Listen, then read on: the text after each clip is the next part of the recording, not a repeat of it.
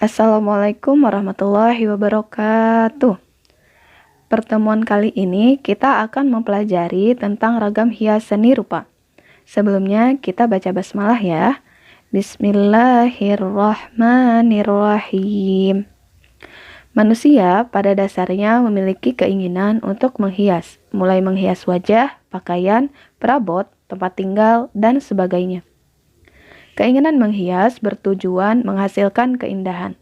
Keindahan akan mendatangkan kesenangan dan juga kenikmatan. Oke, materi yang akan kita bahas pertama yaitu tentang pengertian ragam hias. Kalian masih ingat tidak apa itu ragam hias? Waktu itu sudah pernah kita bahas ya. Ragam hias adalah bentuk dasar hiasan yang biasanya akan menjadi pola yang diulang-ulang dalam suatu karya kerajinan atau seni. Karya ini dapat berupa tenunan, kemudian kain batik atau songket, ukiran atau pahatan-pahatan pada kayu maupun batu. Ragam hias dikenal pula dengan istilah ornamen atau hiasan. Setelah membahas ragam hias, kita akan melanjutkan membahas sejarah singkat perkembangan ragam hias di Nusantara. Ragam hias di Nusantara sudah ada sejak zaman prasejarah, yaitu zaman Batu Muda atau disebut juga Neolitikum. Pada zaman ini, mereka sudah mengenal tempat tinggal di gua-gua dan mengenal bercocok tanam. Oleh karena itu, alat-alat peninggalan zaman Neolitikum adalah alat-alat yang telah dibumbui oleh ragam hias sederhana berupa garis-garis. Ini adalah contohnya. Selanjutnya adalah zaman Hindu-Buddha. Zaman ini merupakan babak baru periodisasi kebudayaan di Indonesia. Zaman ini juga dikatakan menjadi akhir dari prasejarah dan menjadi awal zaman sejarah. Buktinya yaitu adanya penemuan tulisan pada prasasti-prasasti, kemudian ditemukannya juga candi. Selanjutnya adalah zaman Islam. Pada zaman ini memiliki peninggalan karya seni rupa yang cukup megah. Ragam hias ini berbentuk tumbuhan sulur atau tumbuhan merambat. Pada zaman Islam juga banyak menggunakan alat benda seperti awan, gunung, ombak, dan benda alam lainnya. Kemudian, yang terakhir adalah zaman kolonial. Ragam hias pada zaman ini tidak berkembang baik di masyarakat. Beberapa ragam hias yang muncul di antaranya adalah ragam hias dari Eropa. Oke, setelah kita membahas sejarah singkat perkembangan ragam hias di Nusantara, kita akan melanjutkan ke materi motif-motif ragam hias Nusantara.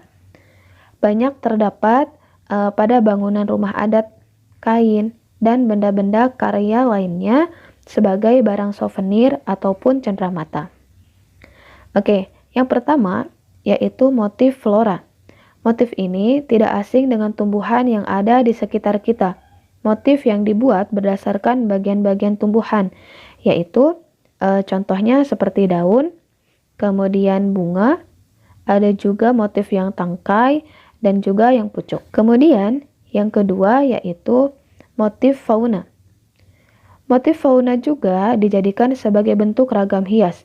Jenis fauna yang sering dipakai untuk motif hias yaitu seperti burung, kemudian motif buaya, kemudian juga ada motif kura-kura, motif ular, dan juga motif kupu-kupu. Yang ketiga yaitu motif geometris. Ragam hias ini memanfaatkan garis untuk menciptakan hiasan-hiasan tertentu maupun bentuk-bentuk geometris yang diinginkan. Ini adalah contoh-contoh dari motif geometris. Oke, kemudian yang selanjutnya adalah motif figuratif yang keempat ya.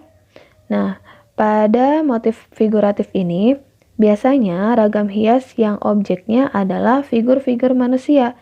Bentuknya terkadang memang tidak sama dengan aslinya. Namun, figur manusia tersebut digayakan bentuknya atau distilisasi. Kemudian, motif yang kelima atau motif yang terakhir adalah motif dekoratif. Nah, Pada motif dekoratif ini, bentuknya berasal dari bentuk naturalis dan juga geometris. Adanya juga gabungan dari motif-motif lain, namun lebih menekankan pada bentuk naturalis, seperti macam-macam benda alam. Nah, ini adalah contoh-contoh dari motif dekoratif. Oke, setelah kita membahas materi tentang ragam hias dan motif-motifnya, Ustadzah minta kalian membuat satu contoh motif Nusantara, buatnya di buku gambar atau di kertas HVS.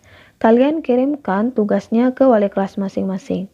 Jika ada yang bertanya, silahkan chat Ustadzah atau chat wali kelas kalian, atau juga boleh isi di kolom komentar. Cukup sekian dari Ustadzah. Wassalamualaikum warahmatullahi wabarakatuh.